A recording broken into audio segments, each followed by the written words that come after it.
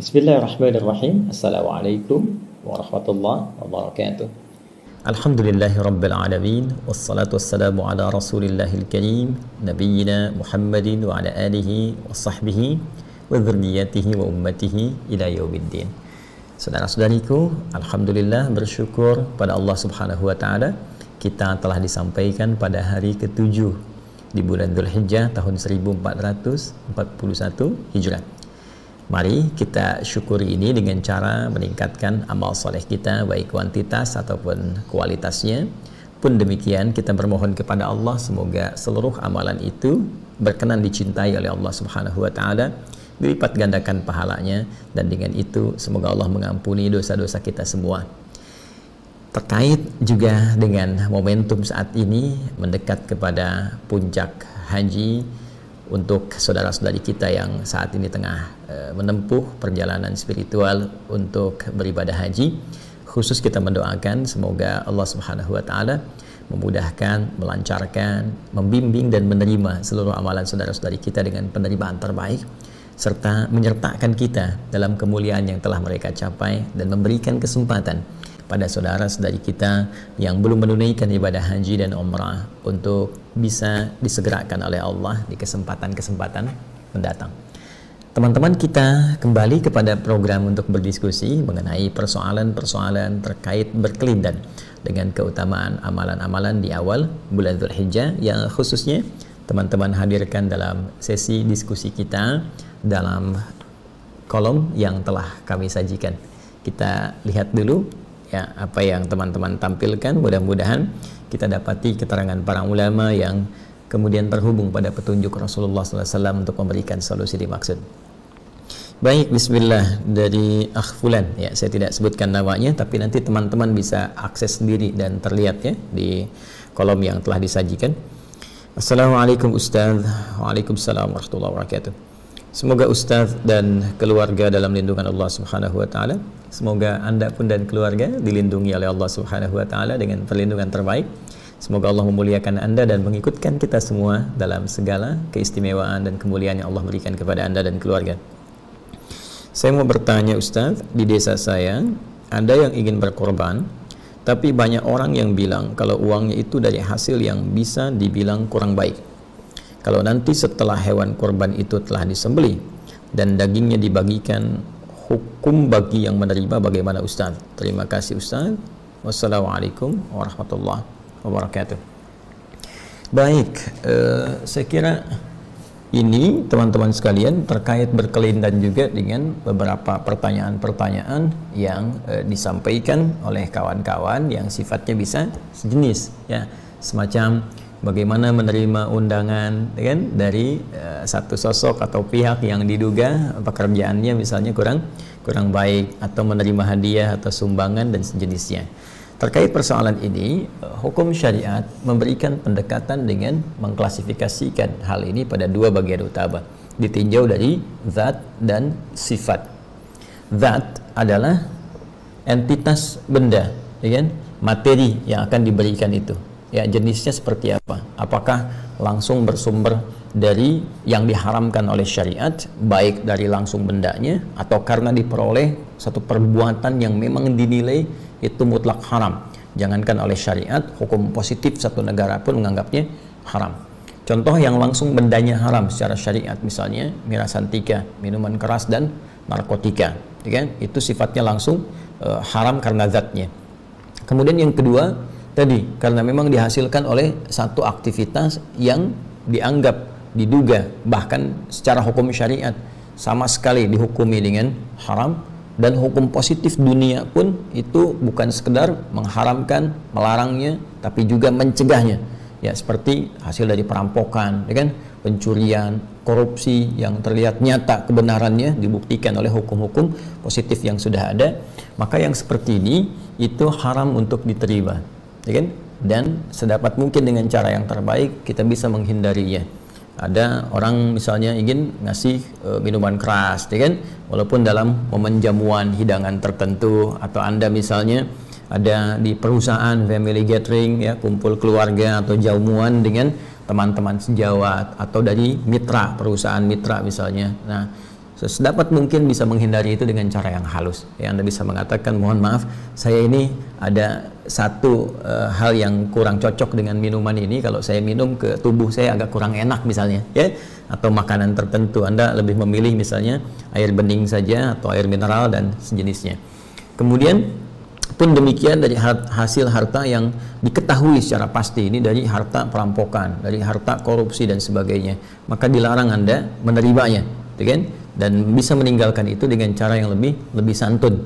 Ya, misal ada yang mau nyumbang ke masjid atau misalnya nyumbang semacam hewan kurban dan Anda tahu dibuktikan secara faktual, ya, secara hukum juga positif bahwa ini hasil dari harta yang tidak dibenarkan, maka Anda bisa mengatakan dengan cara-cara yang halus, misalnya, mohon maaf, di sini kuotanya sudah habis, jadi nggak bisa menerima yang ini, ya kan?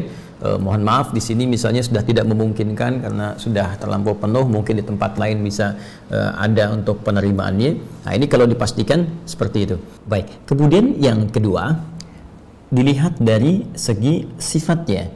Zatnya dibenarkan, zatnya halal, makanan-makanan yang halal, minuman-minuman yang halal, benda-benda yang halal. Hanya sifat, cara mendapatkan benda itu dinilai ada persoalan secara syariat, ya, secara hukum Islam.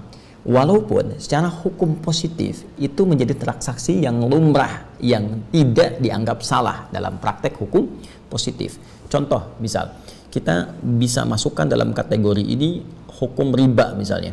Ya, riba dalam praktek yang paling gampang misal di bank konvensional. Ya, secara pendekatan hukum Islam, walaupun ada kecil ikhtilaf di dalamnya, tapi umumnya para ulama sepakat di dalamnya terdapat hukum riba yang dipersoalkan dan diharamkan secara syariat. Namun demikian, praktek ini tidak mendapatkan penilaian salah dari hukum positif yang berlaku. Ya, misalnya kita ambil baik di Indonesia misalnya, ya, ataupun juga di luar Indonesia, dan ini menjadi satu transaksi yang lumrah kemudian terjadi. Dalam konteks seperti ini, para ulama melihat, mengklasifikasikan pada bagian kedua, mengambil pendapat dari sahabat Ibnu Mas'ud radhiyallahu taala anhu, yang dari situ kemudian diteruskan seperti Imam Az-Zuhri mengambil pendapat yang serupa. Dari mazhab Syafi'iyah misalnya ada Syekh Zainuddin, ya, Al-Maliyabari dalam kitabnya Fathul Mu'in, ya, syarah Qurrata Ain.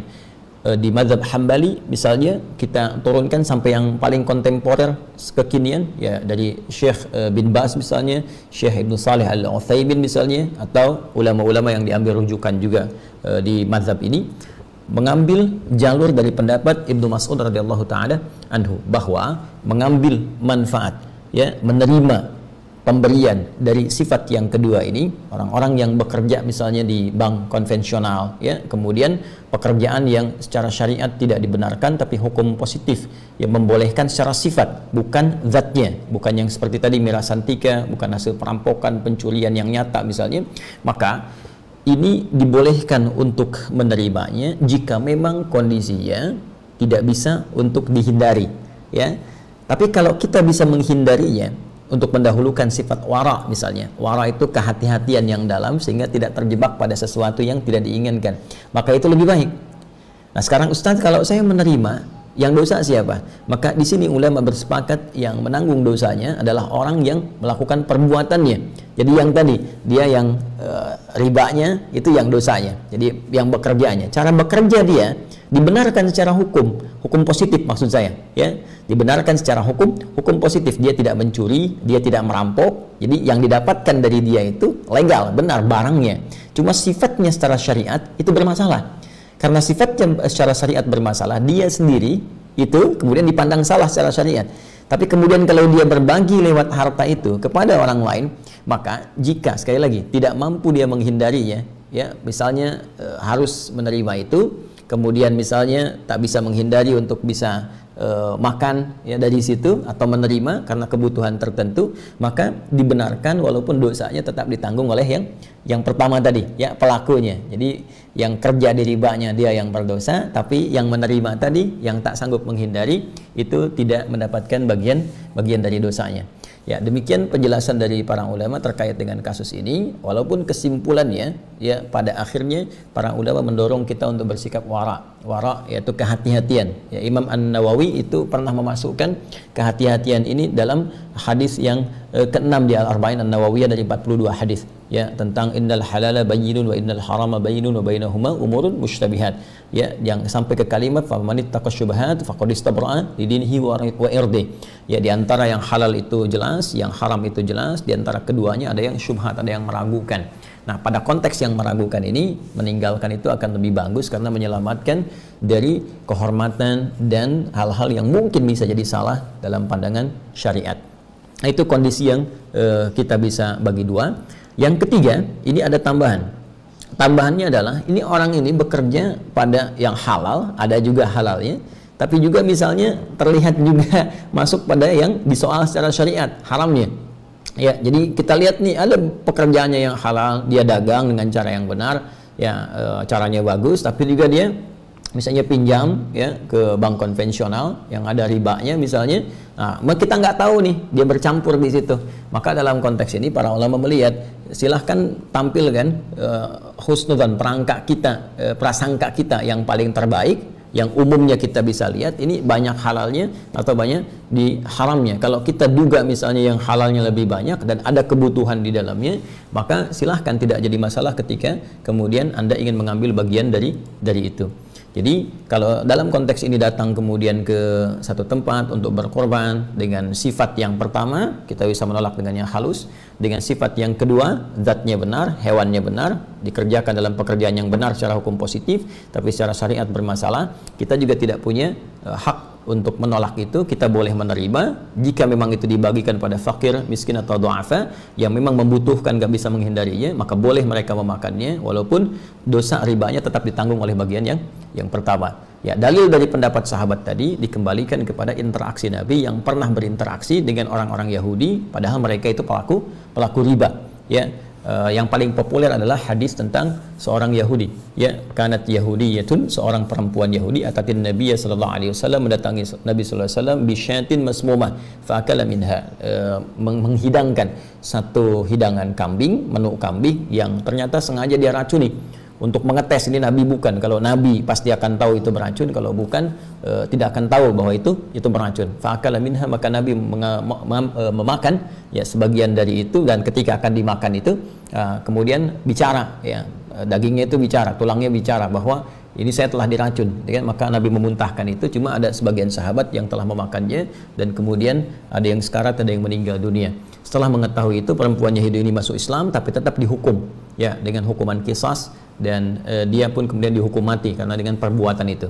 Dalilnya apa terkait ini? Dalilnya, syahidnya, ya, buktinya mengambil dari hadis ini adalah Nabi SAW tetap datang pada jamuannya. Padahal dia orang perempuan Yahudi, ya kan? Padahal dia bertransaksi juga mungkin kesehariannya tidak lepas dari hal-hal yang disoal secara hukum Islam, tapi Nabi tetap datang untuk menghormati undangan itu, jamuan itu, dan terjadilah peristiwa tadi untuk menunjukkan kebenaran risalah Nabi Sallallahu Alaihi Wasallam.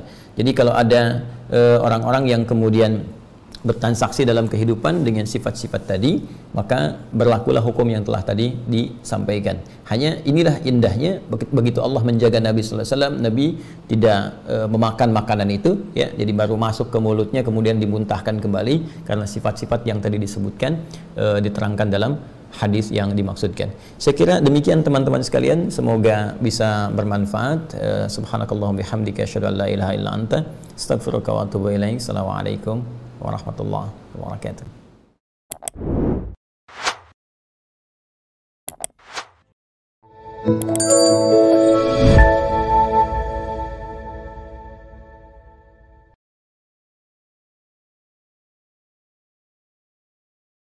Bismillahirrahmanirrahim. Assalamualaikum warahmatullahi wabarakatuh. Alhamdulillah wassalatu wassalamu ala Rasulillah wa ala alihi wa sahbihi wa wala wa ba'du. Saudara-saudariku, berjumpa kembali dalam program diskusi kita seputar amalan-amalan utama di bulan Dzulhijjah dan persoalan-persoalan terkait berkelindan dengan amalan dimaksud yang kiranya bisa diberikan penjelasan oleh para ulama kita yang tersambung pada petunjuk Rasulullah SAW. Mari kita lanjutkan kembali apa yang teman-teman tampilkan. Saya mohon izin untuk bisa mengambil waktu-waktu yang senggang, yang nyaman untuk berdiskusi ini, sehingga apa yang teman-teman hadirkan bisa kita respon dengan secepat yang bisa kita maksimalkan. Baik, mari kita lihat. Bismillah, ada saudara kita bertanya. Assalamualaikum Ustaz. Waalaikumsalam warahmatullahi wabarakatuh. Semoga Ustaz Adi selalu dalam lindungan Allah Subhanahu wa taala.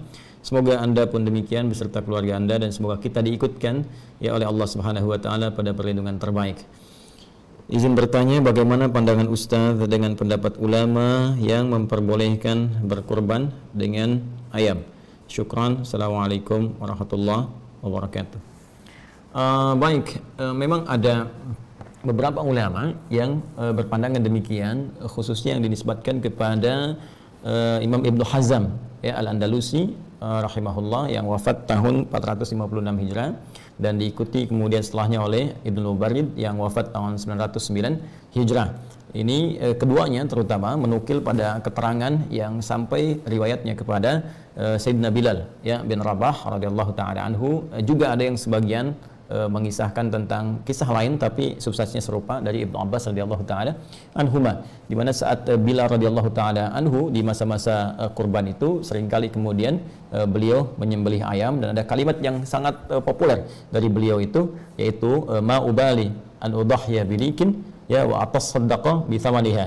Saya sungguhnya tidak peduli dengan apa yang orang-orang sajikan, saya bisa menyembelih ayam dan saya bisa bersedekah ya kemudian dengan hasil dari penyembelihan itu ya kepada anak-anak yatim ya, ila yatimin, kemudian wa ila dan juga kepada mughabbarin ya, orang-orang yang fakir. Ya, mughabbar itu ada debu ya di wajahnya. Biasanya kalau orang suka sudah banyak berperjalanan ya, ada hadis Nabi yang populer tentang orang yang berperjalanan jauh kemudian dia mengangkat tangan berdoa ya, thumma yutilus safar thumma dzakara rajula, menyebutkan kisah seorang petualang lelaki yang ingin mencari permohonan kepada Allah Subhanahu wa taala agar doanya dikabulkan ya, yutilus safar asy'atha aghbara, dia menempuh perjalanan panjang sampai keadaannya begitu tampilannya lecak gitu, pakaian aghbara dan kena debu gitu ya, sudah banyak debunya. Nah, ini sebagian orang-orang berdebu itu kata kiasan menunjuk kepada orang-orang yang satu lelah dalam perjalanan, yang kedua menunjuk kepada orang-orang yang fakir yang juga sedang dalam keadaan kesulitan.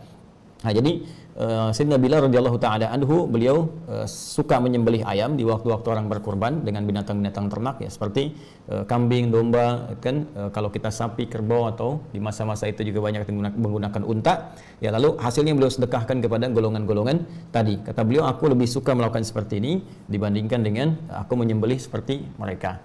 Nah, ini teman-teman sekalian, riwayat ini sampai terhubung kepada Sayyidina Bilal radhiyallahu taala anhu dari Imran bin Muslim gitu kan, dan kita tarik kemudian sampai kepada kita, dan tadi disampaikan oleh Ibnu Hazm Al-Andalusi rahimahullah dan juga Ibnu Mubarrid.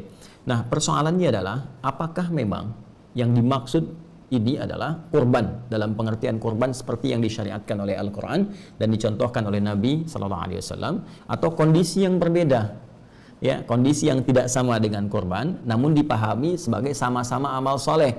Yang dalam konteks ini cara memahaminya adalah sebagai berikut. Perhatikan baik-baik. Kalau kita kembali kepada ayat Al-Quran, di Quran surah ke-22 Al-Hajj, ayat ke-34 tentang kaidah hewan kurban. Ketika Allah berfirman, perhatikan kalimatnya ketika Allah menyampaikan subhanahu wa ta'ala, walikulli ummatin ja'alna mansakan liyadhkuru ismallah ala ma razaqahum min bahimatil an'am.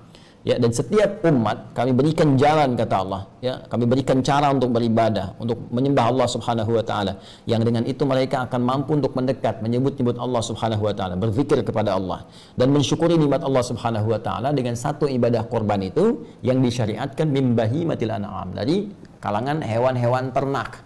Jadi spesifikasinya jelas. Karena itu Al-Imam Al-Ghazali bahkan memberikan keterangan yang sangat ringkas tapi padat. Hewan kurban itu, kata beliau, jenisnya mesti jelas, sifatnya mesti jelas, kadarnya mesti jelas. Di antara jenisnya yang spesifik yang jelas itu apa? Itu bahimatul an'am, yaitu hewan-hewan ternak. Sehingga hewan ternak ini menjadi ijma' di kalangan ulama, ini yang hanya boleh sebagai kualifikasi hewan kurban. Ya, kalau kita kemudian urutkan tadi, unta yang populer menjadi hewan ternak, kemudian sapi, kemudian kerbau, kemudian kambing, domba, sejenis itu saja ya.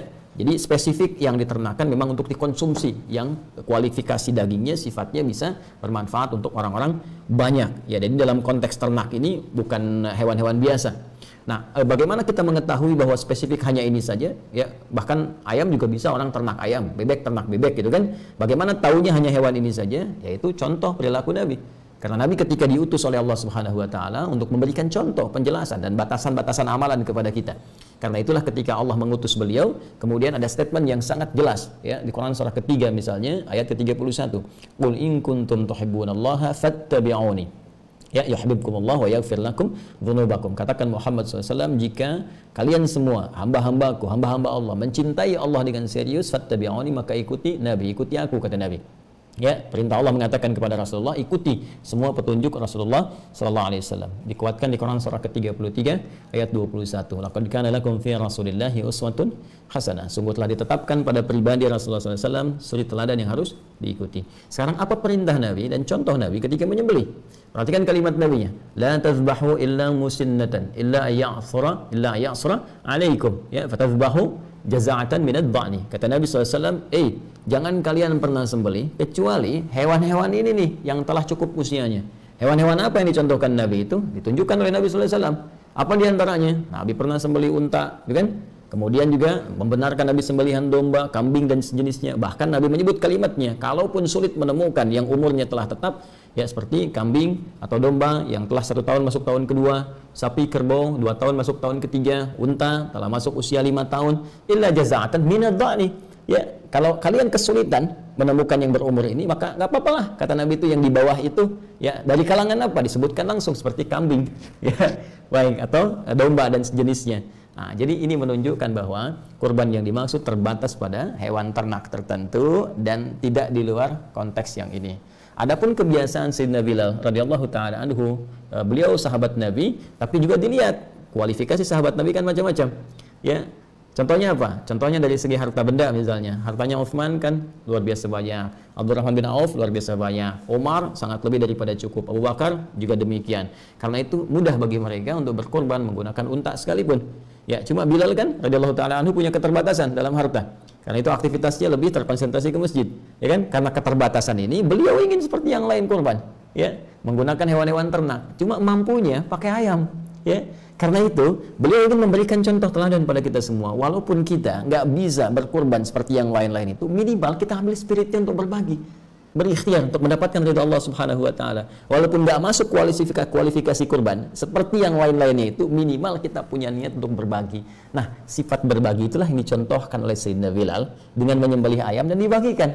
Sehingga beliau memberikan sebuah kalimat yang seperti satir gitu ya, sindirannya sangat dalam.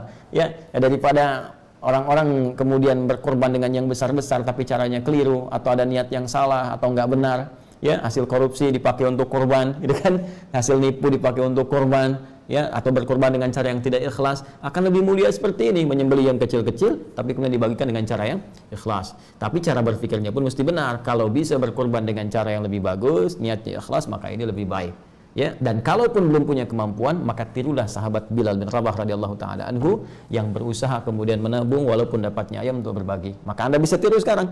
Saya nggak bisa beli kambing nih, tapi mungkin uangnya cukup untuk sedekah. Ya, uangnya cukup untuk beli ayam, berikan kepada yang kesulitan. Uangnya cukup untuk beli sembakonya, berikan pada yang kesulitan. Itu spirit yang ingin diajarkan. Dan itu pula yang dicontohkan sahabat Ibnu Abbas radhiyallahu taala anhuma, dan beliau waktu itu masih kecil. Ya, belum dewasa. Karena masih kecil, nah itu semangat beramal juga tinggi. Tapi kan Anda tahu ya, kalau yang anak-anak itu walaupun beliau ada kematangan ya dari segi pemikiran, fikih dan sebagainya, tetap dalam konteks ini ada riwayat-riwayat menunjukkan ada kebiasaan tuh sering beliau meminta asistennya untuk beli daging ya sebanyak 2 dirham, ya kan, atau hewan kemudian disembelih sampai dikatakan kalau mau kurban khusus nanti di saat Yamun Nahri, hari-hari kurban ya, tanggal 10, 11, 12 sampai dengan 13 hari tasyriknya. Nah, karena kebiasaan itu telah terbiasa, maka beliau seringkali beli daging dibagikan pada hari-hari itu ya, dengan kemampuan beliau untuk membeli. Ini diikuti oleh guru-guru sekarang untuk melatih anak-anak sekolah ya, anak-anak di SD, anak-anak di SMP misalnya yang belum masuk ya, juga anak-anak TK, mereka sering iuran. Nanti iurannya apa? Beli daging, beli ayam, ada yang nyampe ke kambing untuk latihan berkorban, latihan berbagi. Jadi kisah yang disandarkan pada Ibnu Abbas radhiyallahu taala anhuma, ataupun juga mohon maaf kisahnya Bilal bin Rabah yang ditanyakan oleh saudara kita tadi, itu lebih kepada spirit untuk berbagi, menunjukkan sifat sosial kita dan melatih kita untuk beramal walaupun kita belum mampu mengerjakan amalan utama yang disebutkan tadi. Setidaknya ada ikhtiar kita yang kita maksimalkan supaya saat kita berjumpa dengan Allah kita bisa mengatakan, ya Allah, dari harta yang telah Engkau titipkan aku pun berusaha untuk berkorban seperti mereka, tapi disinilah batas kemampuanku dan aku harapkan Kau ridha dengan apa yang aku kerjakan. Itu poinnya. Allahu ta'ala a'lam bissawab. Subhanakallahumma bihamdika asyhadu an la ilaha illa anta astaghfiruka wa atubu ilaik. Assalamualaikum warahmatullahi wabarakatuh. Bismillahirrahmanirrahim. Assalamualaikum warahmatullahi wabarakatuh. Alhamdulillah wassalatu wassalamu ala Rasulillah wa ala alihi washabbihi wa man wala wa ba'du. Saudara-saudariku, apa kabar? Semoga kita senantiasa dirahmati oleh Allah Subhanahu wa taala.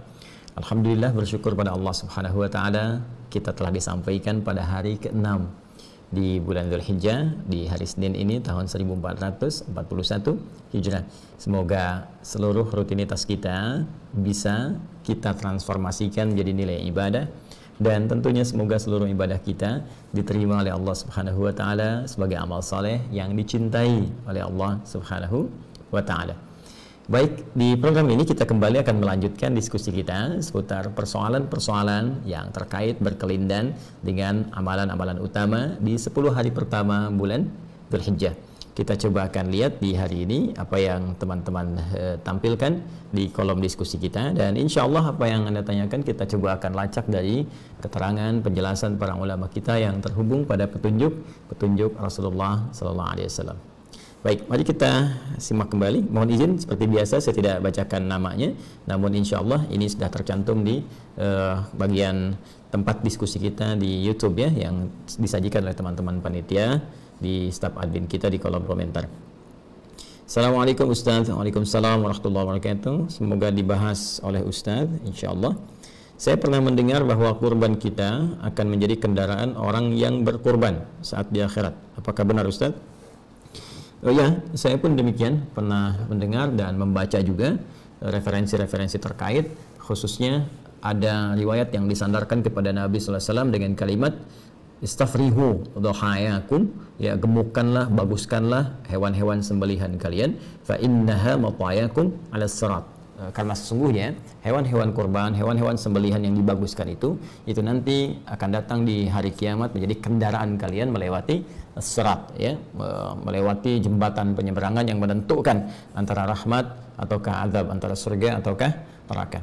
Namun demikian persoalannya, riwayat ini dan riwayat-riwayat terkait, ya, nanti ada beberapa jenis lafaz-lafaz yang berbeda, ada yang thamminu, ya, atau yang azimu, ya, besarkan, baguskan, cari yang terbaik di hewan kurban kalian, dan ujungnya sama, bahwa sungguhnya hewan-hewan itu akan menjadi kendaraan tunggangan kalian saat melewati as-sirat atau di hari kiamat. Seluruh riwayat-riwayat ini persoalannya dinilai oleh para ulama-ulama pakar di bidang ahli hadis itu sebagai riwayat-riwayat yang sangat lemah, bahkan sebagian diantaranya tidak memiliki asal, ya, sehingga disebut hadis-hadis yang bermasalah. Bahkan Ibnu Arabi Al-Maliki menyebut hampir seluruh hadis-hadis yang terkait dengan keutamaan-keutamaan penyembelihan kurban, ya, yang dimaksudkan keutamaan ini yang berlebihan, yang seperti tadi disampaikan, itu tidak ditemukan kekuatannya, ya, atau dipandang lemah, ya, dalam persoalan-persoalan terkait dengan keutamaan-keutamaan penyembelihan hewan kurban. Di sini kita bisa temukan beberapa ulama mengomentari spesifik atas riwayat yang tadi disampaikan, seperti Al-Imam Ibnu Hajar Al-Asqalani dalam Talhisul Habir juga menyebut riwayat ini sangat lemah sekali. Demikian dengan misalnya As-Sakhawi, ya, As-Sakhawi pakar di bidang penelitian hadis, beliau punya kitab namanya Maqasidul Hasanah, juga senada dengan Ibnu Hajar Al-Asqalani, menilai hadisnya sangat lemah sekali. Demikian juga Al-Munawi dalam Faidul Qadir, beliau menyebut bahwa ini pun sangat lemah sekali. Dan beberapa ulama termasuk Al-Imam As-Suyuti juga beliau menilai bahwa hadis ini sangat lemah sekali. Namun ada yang menarik, beberapa komentar para ulama, sekalipun pandangan mereka menyebut bahwa ini riwayat-riwayat ini lemah, bahkan pada sebagian riwayatnya yang lain itu tidak ada asalnya, tidak ada ketersambungan kepada Nabi SAW, sehingga disebut dengan hadis-hadis yang palsu, hadis-hadis yang cacat sanad. Namun demikian, ada komentar yang sangat juga cukup bagus dari sebagian kalangan ulama yang menyebutkan bahwa boleh jadi perkataan-perkataan ini sesungguhnya bukan ingin menunjukkan maksud dari real aslinya ini menjadi kendaraan, tapi berupa majas atau kiasan, karena ungkapan-ungkapan dalam bahasa Arab itu seringkali juga bisa bermakna kiasan. Apa maksudnya? Maksudnya adalah hewan-hewan ini ya, jika memang kita bisa mencari yang paling bagus, mencari yang paling baik, maka dimungkinkan pahalanya semakin bagus. Ya, semakin baik, semakin banyak. Dan dengan banyaknya pahala ini yang akan memudahkan kita melewati as-sirat karena timbangannya semakin besar. Timbangan semakin banyak. Ya, bukankah korban pertama yang diterima oleh Allah Subhanahu wa taala dari anak Nabi Adam alaihissalam adalah korban yang terbaik? Ya, korban yang paling bagus, ya kan? Seperti disebutkan, diisyaratkan di Quran surah ke-5 Al-Maidah ayat 27 itu, ya, watlu alaihim naba abnai adam bil haqqi idh qarraba qurbanan fatuqbila min ahadihima, ya, wa lam yutaqabbal minal akhar. Dan bacakanlah Muhammad sallallahu alaihi wasallam, ajarkan kepada mereka kisah tentang dua anak Adam, ya, alaihissalam, dengan kisah yang sebenar-benarnya. Ketika mereka dimintakan oleh Allah Subhanahu wa taala untuk menunaikan ibadah kurban, ya, maka diterima yang satu, yang lainnya ditolak. Siapa yang diterima ini adalah anak Adam alaihissalam yang berkurban dengan hewan ternaknya, ya, dipilih yang paling bagus, yang paling gemuk, yang paling indah tampilannya, itu yang diterima. Sementara yang satunya lagi tidak mendapatkan penerimaan karena memilih kualitas yang paling jelek dari hasil perkebunannya. Nah, ini di sini ya kemudian terlihat bagaimana kesungguhan untuk berkorban itu, sampai-sampai ketika Allah pun menurunkan surah Al-Kautsar ya kepada Nabi Muhammad SAW yang menjamin surga terbaiknya dengan segala keindahan nikmatnya, sampai-sampai Allah memerintahkan Nabi bersyukur untuk memperbanyak salat, kemudian juga berkorban, ya. Dan perhatikan kalimatnya, inna a'tainakal kautsar fasalli, ya, maka salatlah li rabbika, kepada Rabbmu, ya, wanhar, ya, dan berkurbanlah. Kalimatnya menggunakan nahar. Nahar itu sepakat dalam bahasa Arab digunakan untuk apa? Unta. Ya, hewan sembelihan untuk unta. Sedangkan unta tingkat yang paling tinggi, yang paling bagus, yang paling besar, yang paling banyak manfaatnya. Nah, ini memberikan isyarat kepada kita bahwa jika kita akan berkorban, maka dengan anggaran yang mungkin kita bisa keluarkan, cari yang paling bagus hewannya. Jika harta kita misalnya cukup berlebih, maka dengan harta itu cari yang paling terbaik. Ya, cari yang paling bagus, yang paling gemuk, yang paling banyak manfaatnya. Maka dari situ, apa yang bisa didapatkan? Keikhlasan kita dengan berkorban itu yang menjadikan pahala bisa berlipat. Dengan pahala berlipat, mizannya semakin kuat, semakin berat. Dan dengan semakin berat ini, itu yang berpeluang kemudian menghadirkan ridha Allah Subhanahu wa taala, menutupi kesalahan kita sehingga mempercepat kita melewati sirat.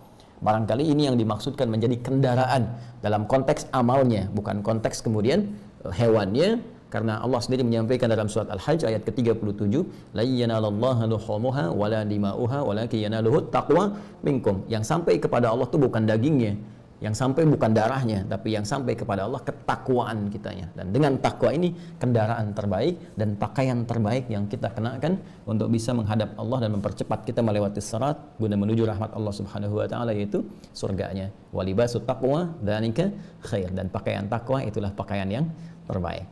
Jadi kita simpulkan dari segi sanad kualitasnya sangat lemah, bahkan bukan hanya sangat dhaif jiddan, tapi juga ada yang la aslalahu, nggak ada asalnya, ada yang palsu dan sebagainya. Tapi dari segi matannya, dari segi isinya, ada isyarat yang menunjukkan ini bermakna kiasan, dalam arti pemahaman memperbagus hewan kurban supaya pahalanya banyak, dan dengan pahala itulah kendaraan terbaik untuk menuju surga dengan rahmat Allah Subhanahu wa ta'ala. Saya kira demikian cara memahaminya. Semoga Allah Subhanahu wa ta'ala meringankan segala apa yang kita ikhtiarkan untuk mudah dilakukan, dan semuanya mendapatkan penerimaan di sisi Allah Subhanahu wa ta'ala. Sekali lagi, jangan bersandar kepada hadis ini karena hadisnya sangat lemah, bahkan sebagian besar adalah diduga palsu, tapi boleh memaknai hadis ini dengan makna kiasannya dengan pengertian yang tadi saya sampaikan. Allahu ta'ala a'lam bishawab. Subhanakallahumma wa bihamdika asyhadu an la ilaha illa anta astaghfiruka wa atubu ilaik. Assalamualaikum warahmatullahi wabarakatuh.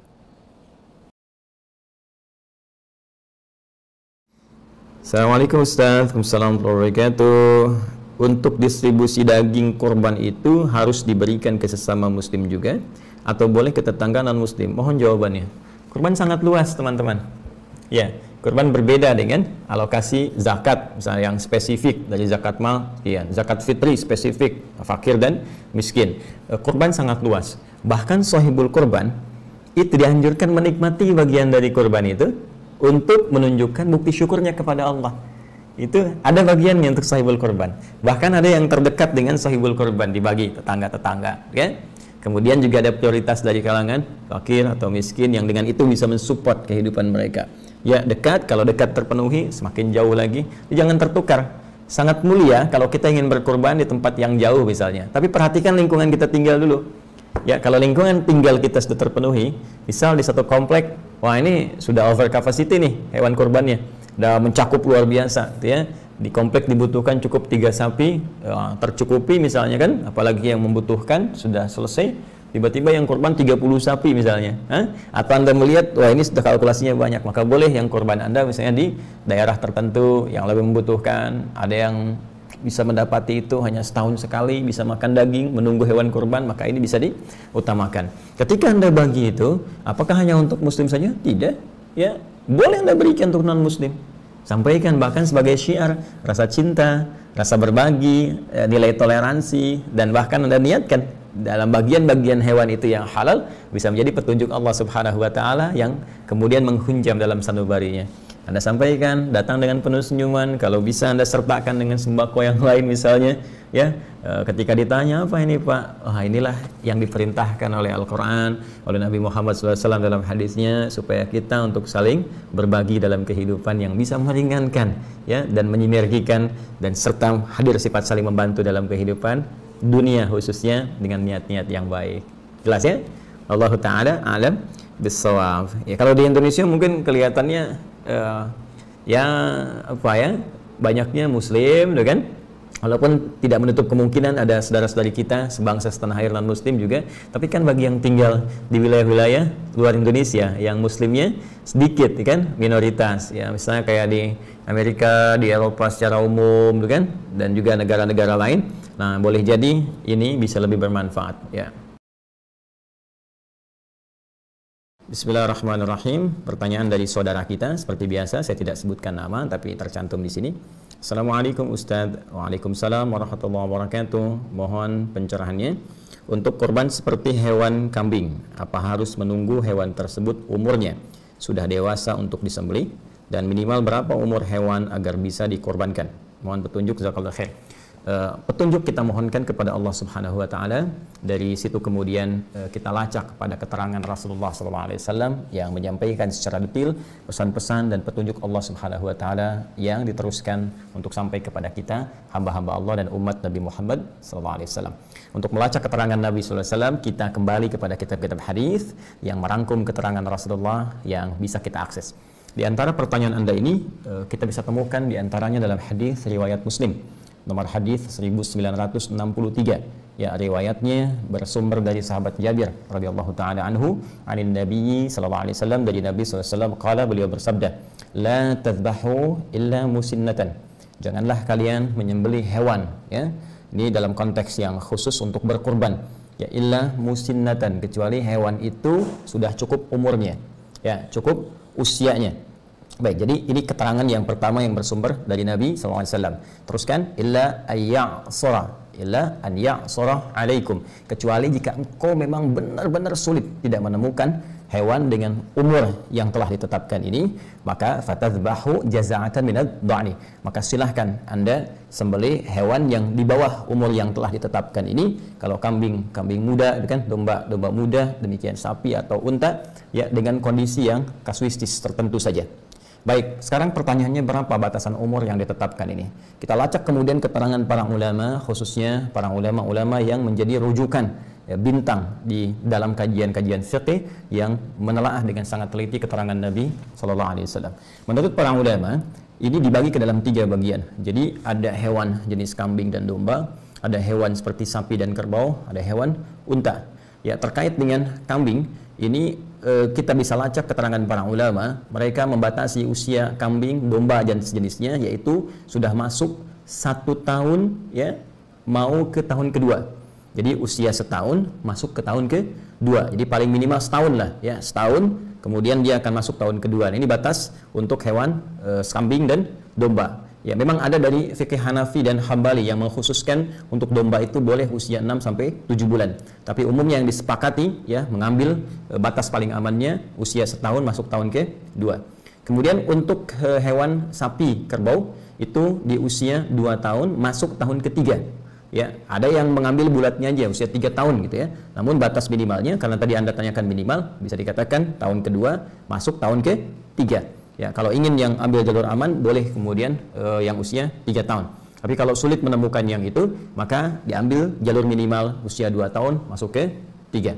Sedangkan untuk hewan unta, nah ini mungkin di kita khususnya di wilayah Indonesia sekitarannya atau tropis pada umumnya tidak biasa berkorban unta, mungkin ini kebanyakan di Timur Tengah, atau hewan-hewan yang kemudian bisa tumbuh berkembang di iklim yang serupa dengan itu, maka batasan unta disepakati 5 tahun.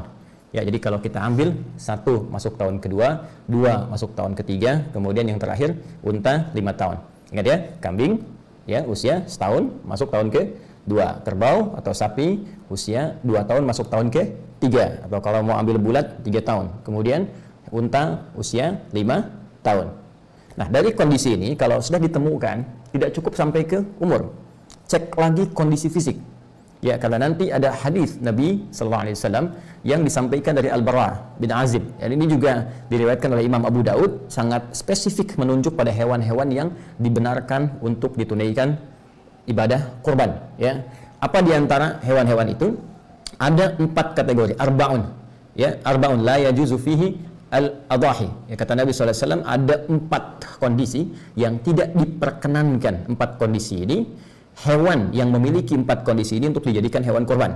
Ya, apa saja? Pertama, al-awra, bayyinun awruha. Pertama, al-awra. Mohon maaf sekali, hewan yang matanya buta, ya, picak gitu kan. Nah, ini kalau nampak benar butanya, nampak benar kelihatannya, nah itu haram hukumnya untuk dijadikan bagian dari hewan kurban, cacat yang permanen sifatnya. Ya, kemudian yang kedua, al-maridah bayyinun maraduha, hewan yang sakit, kelihatan benar sakit, ya, dengan segala jenis penyakit yang kiranya bahkan ketika disembelih bisa membahayakan, ya, bagi orang yang mengonsumsinya. Ya, kita bisa lihat kadang-kadang, mohon maaf ya, ketika dicek oleh bagian dinas kesehatan misalnya untuk hewan, ternyata ada bagian hewan kurban yang mohon maaf sekali tumbuh belatung, ya, ketika dibuka itu kemudian dicek ternyata sakit, ada yang flu hewan dan sebagainya. Apalagi sekarang misalnya musim pandemi begini juga mesti dipastikan harus benar, ya. Kemudian juga yang ketiga adalah pincang, ya, yang jelas kepincangannya. Jadi karena kondisi tertentu cacat permanen di salah satu kakinya misalnya, ini nggak boleh juga. Ya. Kemudian yang keempat, ini yang tidak kalah penting, kurus, ya, terlampau kurus. Jadi hewan yang latanqa, al-kasir alladzi latanqa, hewan yang terlampau kurus yang nggak ada dagingnya. Ya, hati-hati, ini sangat sensitif sekali masalah ini, karena kurban pertama yang diperintahkan oleh Allah kepada 2 anak Nabi Adam alaihi assalam, ya, itu terkait dengan spesifikasi yang dimaksudkan. Nanti ada di Quran surah ke-5, ya, Al-Maidah ayat ke-27. Watlu alaihim naba abnai Adam bil haqq, ya, idh qarraba qurbanan fatuqabbala min ahadihima wa lam yutaqabbal min al-akhar. Watlu alaihim naba abnai Adam bil haqq. Ya Muhammad sallallahu alaihi wasallam, coba bacakan, pahamkan, ya, sampaikan kepada umatmu supaya mereka memahami, mengerti tentang kaidah kurban yang pertama kali diperintahkan pada 2 anak Adam alaihissalam. Kisahkan kisah kedua anak ini dengan kisah yang sesungguhnya, sebenar-benarnya. Ya, kenapa ada kalimat bil haqq itu? Ya, karena memang banyak versi Israiliyat yang menceritakan kisah pengorbanan ini dengan kisah-kisah yang terlampau jauh dari kebenaran. Karena itu diminta Rasulullah SAW untuk meluruskan kembali sehingga kisahnya bisa benar. Di antara yang paling penting pada kisah ini adalah idh qarraba qurbana, ketika keduanya diperintahkan oleh Allah untuk menghadirkan kurban demi menyampaikan hasil putusan, ya, dari keinginan keduanya untuk bisa menikahi salah satu pasangan yang diperselisihkan. Ya, telah ditetapkan yang satu secara silang, kan? A kemudian ke C, B kemudian ke D, tapi ternyata yang A menginginkan pasangan yang berbeda, sehingga di situ dimintakan oleh Allah Subhanahu wa taala, ayo berikhtiar kalau begitu. Ya, nanti yang paling serius, yang paling benar, yang paling bagus takwanya, dia bisa mendapatkan apa yang dia inginkan. Ikhtiarnya dengan apa? Kurban. Nah, karena itu kurban ini teman-teman sekalian menjadi sebuah wasilah untuk berikhtiar supaya kita mendekat kepada Allah, yang dengan pendekatan itu, ini salah satu hikmahnya, kita bisa bermohon, dan permohonan kita itu akan terjadi percepatan dalam pengabulannya. Ya, kalau saya sedikit lompat sebentar, ya, kurban itu salah satu wasilah takwa. Ya, salah satu wasilah takwa. Karena nanti di ayat lain di Quran surah ke-22 Al-Hajj, ketika Allah berfirman, la yanalallaha luhumuha wala dima'uha walakin yanaluhu taqwa minkum. Ya, yang sampai kepada Allah bukan darahnya, bukan dagingnya dari korban itu, tetapi ketakwaan Anda. Ya, takwa itu menunjuk pada kesungguhannya, keseriusannya. Nah, jadi nanti yang dilihat dari 2 anak cucu Adam ini, ya, jadi bukan sekedar apa yang dikorbankan, tapi keseriusan yang menjadi gambaran dari nilai takwa yang tersemai di dalam jiwa. Nah, apa yang nampak itu? Fatuqabbala min ahadihima wa lam yutaqabbal minal akhar. Maka dari ciri takwa ini kelihatan, satu kata Allah diterima, yang benar-benar menghadirkan nilai takwa ketika berkorban, yang satu lagi ditolak. Ketika ditelusuri kemudian kisahnya, ternyata yang diterima ini, Masya Allah, dia punya hewan ternak. Kemudian dari sekian hewan ternak itu, ada di antara hewan yang sangat dia sayangi, berikan perhatian, jadi gemuk, yang paling bagus, ya, dagingnya paling bagus, yang paling gemuk, yang paling bersih. Nah, itu yang dia pilih untuk dikorbankan. Ya, itu yang dia ajukan. Sementara yang satu lagi, dia punya perkebunan. Dari hasil kebunnya itu, ternyata dia berpikirnya begini, ya, seperti kelihatan logis, padahal dalam nalar syariat ini tidak masuk. Ya, seperti kelihatan logis dalam akal pikiran, padahal dalam nalar syariat ini tidak masuk. Jadi dia berprinsip begini, sudahlah, ini kan yang bagus-bagus dari hasil kebun, saya aja yang makan. Toh Allah nggak akan makan ini, jadi saya kasih yang jelek-jeleknya aja. Dia korbankan yang jeleknya, ya, dengan asumsi bahwa Allah nggak makan, Allah nggak minum, Allah nggak butuh ini. Yang butuh penting gitu kan, saya korban. Ternyata prinsip yang seperti ini tidak mendapatkan penerimaan di sisi Allah Subhanahu Wa Taala. Sampai muncul penegasan, hei, ini hewan paling bagus pun yang sampai pada Allah bukan hewannya. Memang betul, bukan hewannya, bukan darahnya, tapi kesungguhan engkau dalam mempersembahkan itu. Ya, kesungguhan engkau dalam menyiapkan itu. Kamu nggak sungguh-sungguh nih. Korban kamu cuma yang jelek-jelek, korban kamu nggak bernilai, nggak ada kualitasnya. Maka diterimalah yang satu yang serius, yang ini ditolak. Dari sinilah kemudian muncul syariat kemudian sampai kepada kita untuk menunjukkan kesungguhan dalam berkorban. Jadi jangan sampai begini, cari yang biasa-biasa, apalagi punya aib yang 4 tadi, ya. Karena ini murah misalnya, ambil. Ini yang pincang aja, harganya diskon 50%. Nah, itu nggak bisa. Ya, maka orang-orang yang berkorban dari hasil-hasil yang tidak baik, maka sudah pasti tidak akan mendapatkan penerimaan dan tempat di sisi Allah Subhanahu wa Ta'ala. Termasuk dikiaskan kepada harta yang dibelanjakan untuk korbannya. Ini juga menjadi penting. Ya, awas, hati-hati, uang hasil korupsi nggak boleh pakai kurban. Ya, uang hasil rampokan, uang hasil pencurian, hasil riba, hati-hati. Ya, nah, jadi ambil yang paling halal yang bisa Anda persembahkan untuk kurban itu. Itu yang akan dilihat oleh Allah Subhanahu wa Ta'ala. Jika itu terjadi, nabung, Masya Allah, ya. Bahkan ada yang mencoba berpindah dari kegiatan yang nggak bagus kepada yang bagus.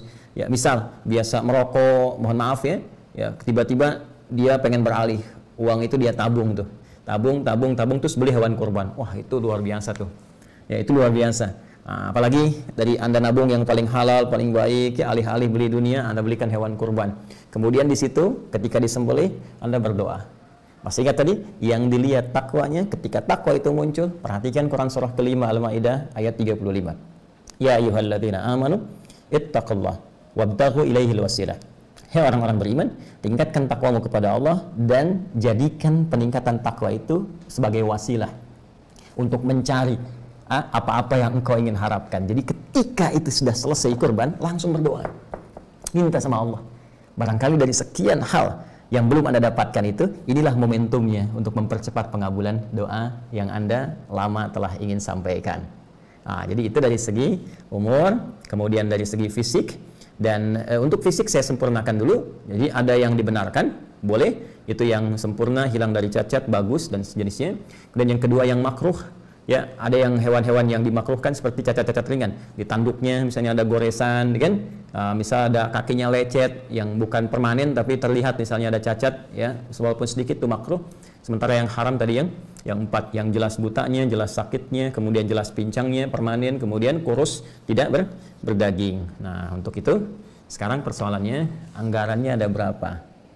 Bikin kalau ingin berkurban, dari anggaran yang ada cari hewan yang paling bagus dengan anggaran itu. Saya punya 2,5 juta Ustaz. Baik, berangkat cari 2,5 juta yang paling bagus, ya, di kualifikasi itu. Demikian seterusnya, dan semoga Allah mengabulkan ikhtiar kita, menerima ibadah kita, memaafkan kita, dan menyempurnakan seluruh apa yang kita mohonkan berada dalam nilai-nilai kebaikan. Adi Hidayat, subhanakallahumma wa bihamdika, asyhadu an la ilaha illa anta, astaghfiruka wa atubu ilaik. Assalamualaikum warahmatullahi wabarakatuh.